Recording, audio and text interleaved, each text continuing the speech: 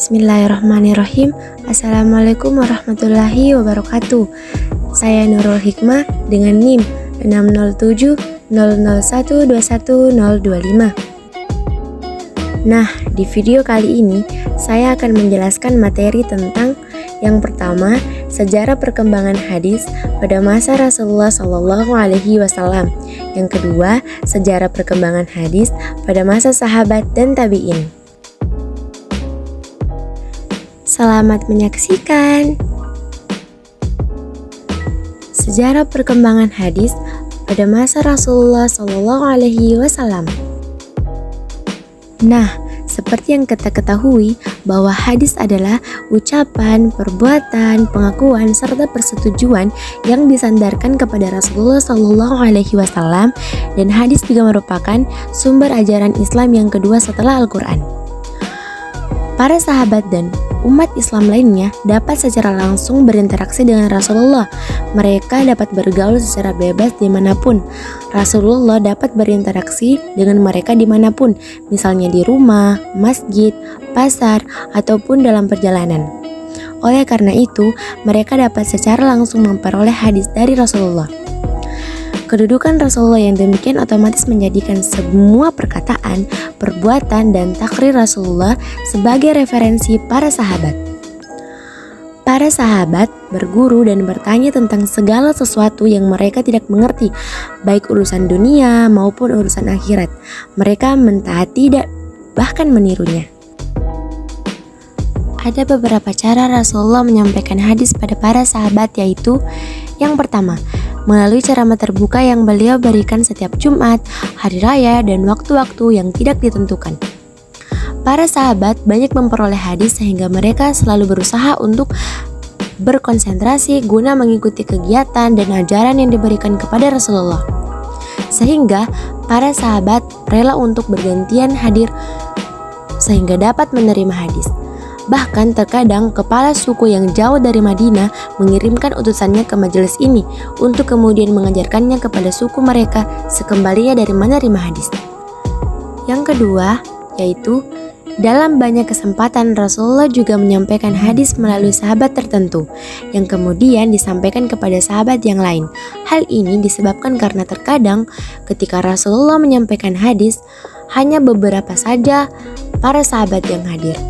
Maka dari itu, Rasulullah menyampaikan hadis melalui sahabat-sahabat tertentu agar disampaikan kepada sahabat yang lain. Yang ketiga, untuk hal-hal yang sensitif seperti yang berkaitan dengan keluarga dan kebutuhan biologis, disampaikan melalui istri-istrinya. Begitu pula para sahabat, jika ada hal yang berkaitan dengan hal itu, segan bertanya kepada Rasulullah, maka para sahabat menanyakan kepada istri-istri Rasul. Yang keempat, cara lain yang dilakukan Rasulullah SAW adalah melalui praktik langsung. Sahabat melihat secara langsung perbuatan yang dilakukan oleh Rasulullah seperti yang terkait dengan ibadah, misalnya sholat dan berwudu.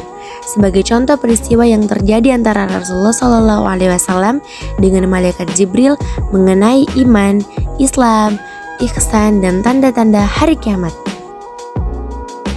Adapun metode pemahaman hadis pada masa Nabi terbilang cukup simpel. Hal ini dikarenakan Nabi selaku sumber pertama dan utama di dalam hadis masih hidup. Pada masa itu, apabila ada sahabat yang tidak memahami pengertian salah satu hadis, maka langsung bertanya kepada sumbernya atau kepada Nabi Muhammad SAW. Dan ketika beliau menjawabnya, para sahabat ataupun tabi'in langsung mengamalkannya. Materi yang kedua yaitu sejarah perkembangan hadis pada masa sahabat dan tabi'in.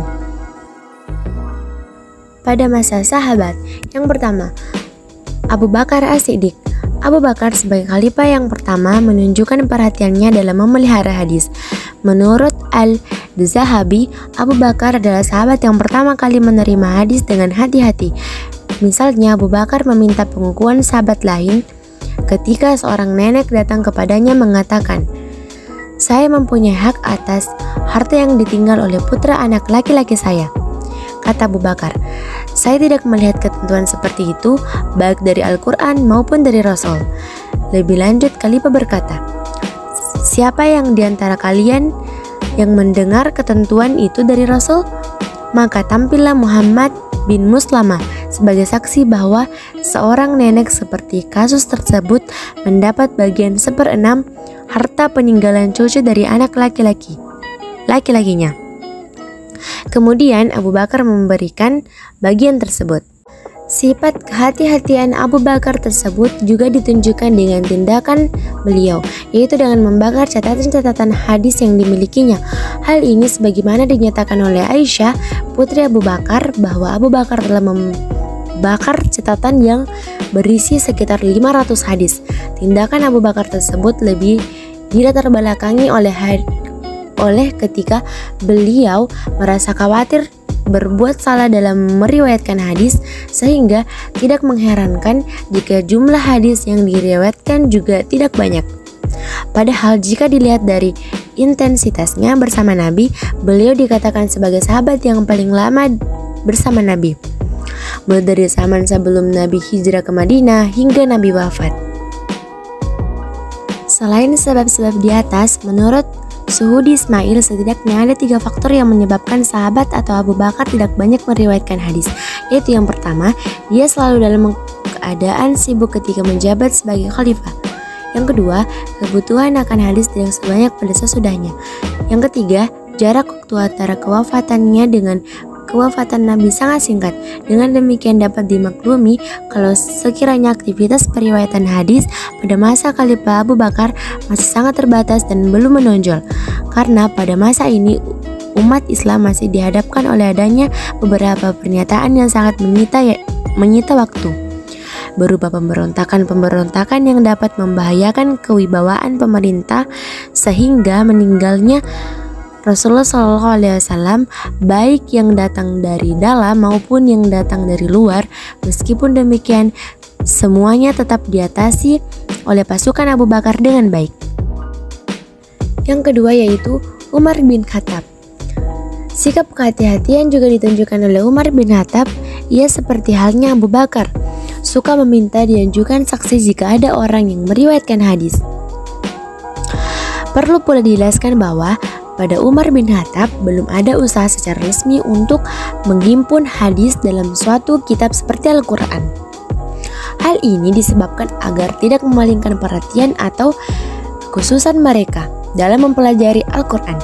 Alasan kedua, para sahabat banyak menerima hadis dari Rasulullah SAW, sudah tersebar ke berbagai daerah kekuasaan Islam dengan kesibukannya masing-masing sebagai pembina masyarakat, sehingga dengan kondisi seperti ini ada kesulitan untuk mengumpulkan mereka secara lengkap. Pertimbangan lainnya bahwa soal pembukuan hadis di kalangan para sahabat sendiri terjadi perselisihan pendapat. Belum lagi terjadi perselisihan soal lafaz dan kesahihannya. Tindakan hati-hati yang dilakukan oleh Abu Bakar As-Siddiq juga diikuti oleh sahabat Umar bin Khattab. Umar dalam hal ini juga terkenal sebagai orang yang sangat berhati-hati dalam meriwayatkan sebuah hadis. Beliau tidak mau menerima suatu riwayat apabila tidak disaksikan oleh sahabat yang lainnya. Hal ini memang dapat dipahami karena pada masa itu, terutama masa Khalifah Abu Bakar dan Khalifah Umar bin Khattab, naskah Al-Quran masih sangat terbatas.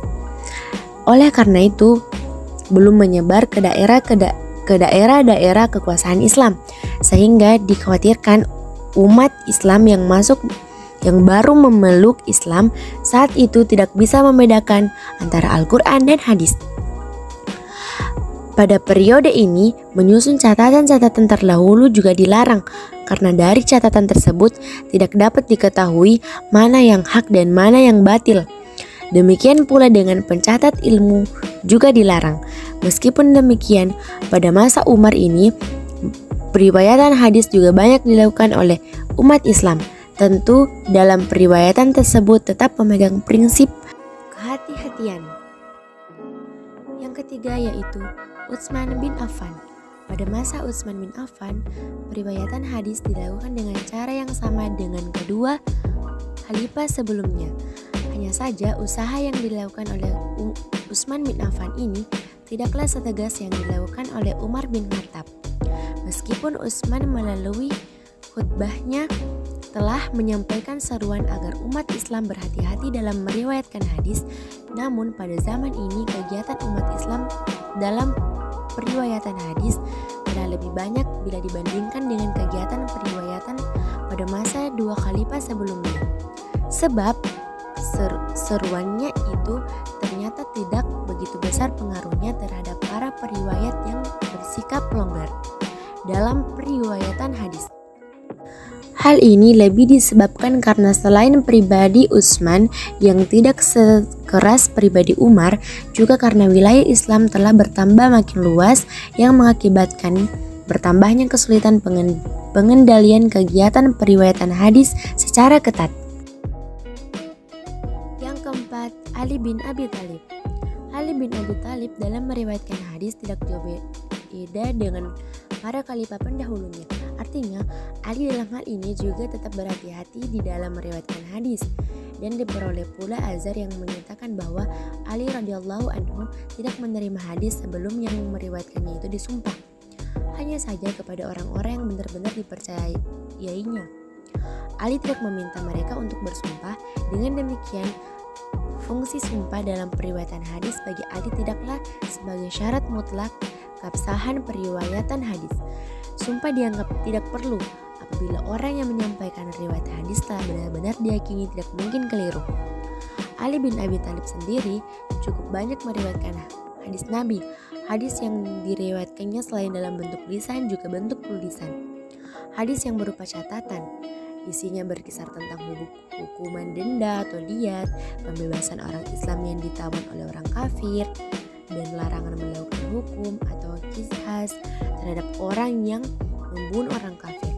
Dalam Musnad Ahmad, Ali bin Abi Thalib merupakan periwayat hadis yang terbanyak bila dibandingkan dengan ketiga khalifah pendahulunya. Hadis pada masa tabi'in. Pada dasarnya, periwayatan dilakukan kalangan tabi'in tidak berbeda dengan yang dilakukan para sahabat. Mereka sebagaimanapun mengikuti jejak para sahabat sebagai guru-guru mereka. Hanya saja persoalan yang dihadapi mereka berbeda yang dihadapi oleh para sahabat. Pada masa ini Al-Quran sudah dikumpulkan dalam satu mushaf. Di pihak lain, usaha yang telah dirintis oleh para sahabat pada masa Khulafaur Rasyidin, khususnya pada masa Kekhalifahan Utsman, pada para sahabat ahli hadis menyebar ke beberapa wilayah kekuasaan Islam. Pusat-pusat pembinaan hadis. Tercatat beberapa kota sebagai pusat pembinaan dan periwayatan hadis sebagai tempat tujuan para tabi'in dalam mencari hadis. Kota-kota tersebut ialah Madinah, Al-Munawwarah, Mekah Al-Mukarramah, Kufah, Basra, Syam, Mesir, Maghrib dan Andalus, Yaman dan Khurasan. Dari sejumlah para sahabat pembina hadis pada kota-kota tersebut, ada beberapa orang yang tercatat meriwayatkan hadis cukup banyak, antara lain Abu Hurairah, Abdullah bin Umar, Anas bin Malik, Aisyah, Abdullah bin Abbas, Jabir bin Abdillah, dan Abi Sa'id Al-Khudzari. Sedangkan dari kalangan tabi'in besar tokoh-tokoh periwayatan hadis sangat banyak sekali. Mengingat banyaknya periwayatan pada masa tersebut, diantaranya yang pertama Madinah, Abu Bakar bin Abdurrahman bin Al-Haris bin Hisham, Salim bin Abdullah bin Umar, dan Sulaiman bin Yasar. Yang kedua Makkah, Ikrimah Muhammad bin Muslim Abu Zubair. Yang ketiga Kufah, Ibrahim An-Nakhai Al-Qamah. Yang keempat Basrah, Muhammad bin Sirin Qatadah. Yang kelima Syam, Umar bin Abdul Aziz. Yang keenam Mesir, Yazid bin Habib. Yang ketujuh Yaman, Taus bin Kaizan al-Yamani. Pergolakan politik dan pemalsuan hadis. Pergolakan ini sebenarnya terjadi pada masa sahabat setelah terjadi perang Jamal dan perang Siffin, yaitu ketika kekuasaan dipegang oleh Ali bin Abi Thalib. Akan tetapi akibatnya cukup panjang dan berlarut-larut dengan terpecahnya umat Islam ke dalam beberapa kelompok yaitu Khawarij, Syariah, Muawiyah, dan golongan mayoritas yang tidak masuk ke dalam ketiga kelompok tersebut. Langsung atau tidak dari pergolakan politik seperti di atas cukup memberikan pengaruh terhadap perkembangan hadis berikutnya. Pengaruh yang langsung dan bersifat negatif ialah dengan munculnya hadis-hadis palsu atau maudhu untuk mendukung kepentingan politiknya masing-masing kelompok dan untuk menjatuhkan posisi lawan-lawannya. Adapun pengaruh yang bersifat positif adalah lahirnya rencana dan usaha yang mendorong diadakannya kodifikasi atau tadwin hadis sebagai upaya penyelamatan dari pemusnahan dan pemalsuan sebagai akibat dari pergolongan politik tersebut. Selesai. Sekian dan terima kasih. Wassalamualaikum warahmatullahi wabarakatuh.